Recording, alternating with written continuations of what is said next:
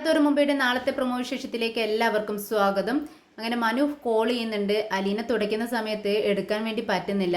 നമ്മുടെ മുത്തശ്ശിയെ വിളിച്ച് പറയുന്നുണ്ട്, മോളെ അലീനെ ഇങ്ങോട്ടേക്ക് വാ, ഫോൺ കുറച്ച് നേരമായി അടിക്കുന്നു, നീ അതൊന്ന് എടുത്തു നോക്കുമെന്ന് പറയാണ്. അങ്ങനെ ഇപ്പം അലീന തുടപ്പെല്ലാം അവിടെ വെച്ചുകൊണ്ട് പെട്ടെന്ന് ചെന്ന് ഫോൺ എടുക്കുന്നുണ്ട്.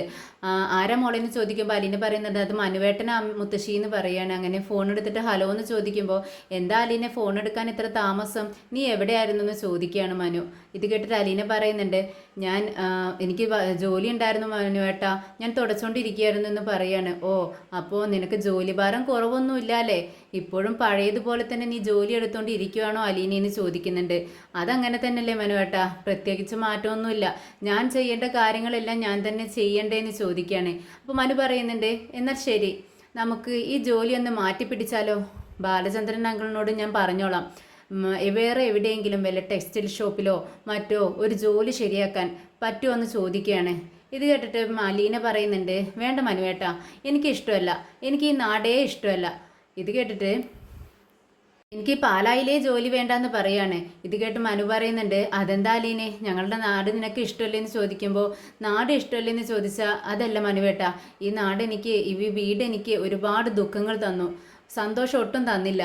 ഞാൻ ഇങ്ങനെയൊന്നും പ്രതീക്ഷിച്ചല്ല ഇങ്ങോട്ടേക്ക് വന്നത്, പക്ഷേ ഞാൻ പ്രതീക്ഷിക്കാത്ത അത്രയും സംഭവങ്ങൾ, അത്രയും ദുഃഖം എനിക്ക് തന്നു ഈ നാട്, ഈ വീട്, അതുകൊണ്ടാണ് ഞാൻ അങ്ങനെ പറഞ്ഞതെന്ന് പറയുന്നുണ്ട്.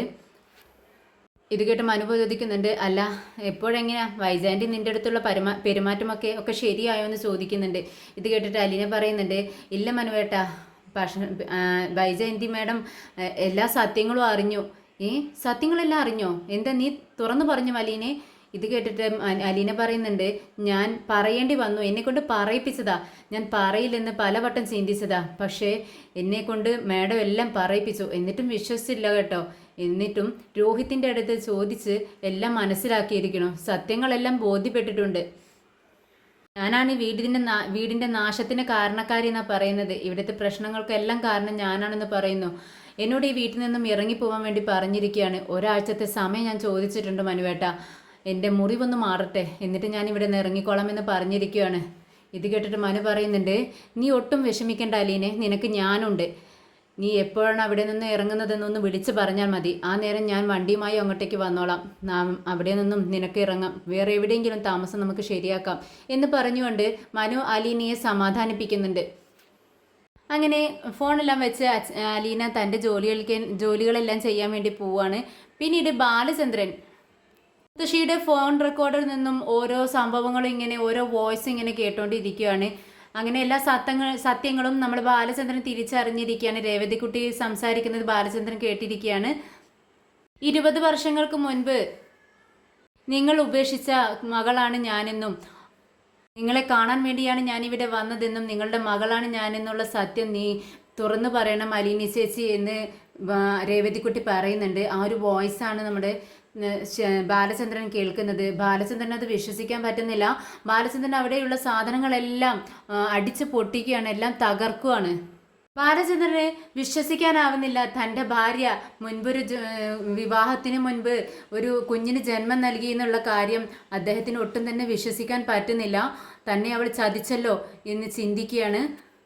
കണ്ണിൽ കാണുന്നതെല്ലാം എറിഞ്ഞുടയ്ക്കുന്നുണ്ട്. എന്നിട്ടും നമ്മുടെ ബാലചന്ദ്രൻ്റെ പക തീരുന്നില്ല. എപ്പോഴും ശാന്തനായി കാണുന്ന ബാലചന്ദ്രനെ ആദ്യമായി ഇങ്ങനെ കോപിതനായി കാണുവാണ്. അങ്ങനെ ബാലചന്ദ്രൻ ക്ഷീണിതനായി ഇരിക്കുന്നുണ്ട്.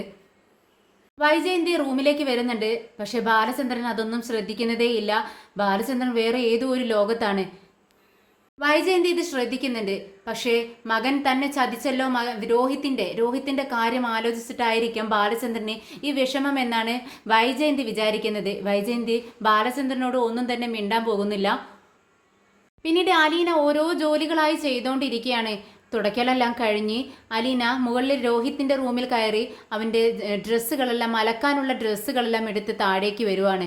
ഇന്നേരമാണ് രോഹിത്ത് താഴെ നിന്നും മുകളിലേക്ക് റൂമിലേക്ക് കയറി വരുന്നത്. അലീന ഒരു സൈഡിലേക്ക് നീങ്ങി നിൽക്കുന്നുണ്ട്. എന്നാൽ രോഹിത്ത് അലീനയുടെ നേരെ വന്ന് നിൽക്കുവാണ്. എന്നിട്ട് അലീനയോട് ചോദിക്കുന്നുണ്ട്, നീ എന്നെ ചതിച്ചു അല്ലേടി?